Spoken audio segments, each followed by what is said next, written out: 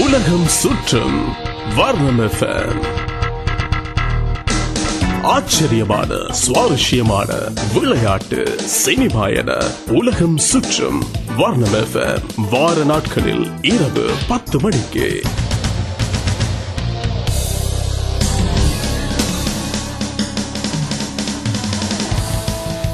நிகழ்குவா நாட்டின் மனாருவா நகரை இன்று ராட்சத விண்கல் ஒன்று தாக்கியுள்ளது.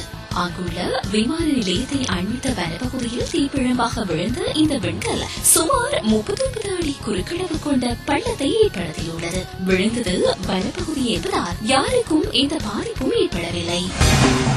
அண்டார்டிகா துருவ பகுதியில் பனிப்பாறைகள் வேகமாக உருகி வருகின்றன.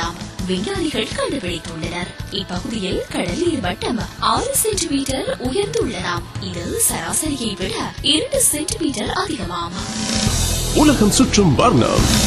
அமெரிக்க ஓபன் டென்னிஸ் போட்டியின் பெண்கள் ஒற்றையர் இறுதிப் போட்டி நேற்று இடம்பெற்றது. இதில் முதல் நிலை வீராங்கனையும் நடப்பு சாம்பியனுமான ஷெரினா வில்லியம்ஸ் 10ஆம் நிலை வீராங்கனையான கேரோலின் வாஸ்னியாக்கியுடன் பல பரீட்சை நடத்தினார். ஷெரினா வில்லியம்ஸ் 6-3, 6-3 என்ற நேர்செட் கணக்கில் எளிதில் வென்று அமெரிக்க ஓபன் பட்டத்தை தொடர்ந்து 3வது முறையாக கைப்பற்றி ஹேட்ரிக் சாதனை புரிந்தார். ஒருநாள் கிரிக்கெட் போட்டி அணிகளுக்கான புதிய தரவரிசை பட்டியலை வெளியிட்டுள்ளது சர்வதேச கிரிக்கெட் சம்மேளனம். இதில் இந்திய அணி 113 புள்ளிகளுடன் முதலாம் இடத்தையும், தென்னாப்பிரிக்க அணி 113 புள்ளிகளுடன் 2ஆம் இடத்தையும், இலங்கை அணி 111 புள்ளிகளுடன் 3ஆம் இடத்தையும் பிடித்துள்ளன. இதற்கு அடுத்த இடங்களை முறையே ஆஸ்திரேலியா, இங்கிலாந்து, பாகிஸ்தான், நியூசிலாந்து, மேற்கு தீவுகள், பங்களாதேஷ், ஜிம்பாப்வே ஆகிய அணிகள் பிடித்துள்ளன. ஆஸ்திரேலிய அணியின் 2020 போட்டிகளுக்கான புதிய தலைவராக ஆரோன் ஃபின்ச் நியமிக்கப்பட்டுள்ளார். ஏற்கனவே தலைவராக இருந்த ஜோர்ஜ் பெய்லி பதவி விலகியதை அடுத்து ஆரோன் ஃபின்ச் புதிய தலைவராக நியமிக்கப்பட்டுள்ளமை குறிப்பிடத்தக்கது. உலகம் சுற்றும் வர்ணம்.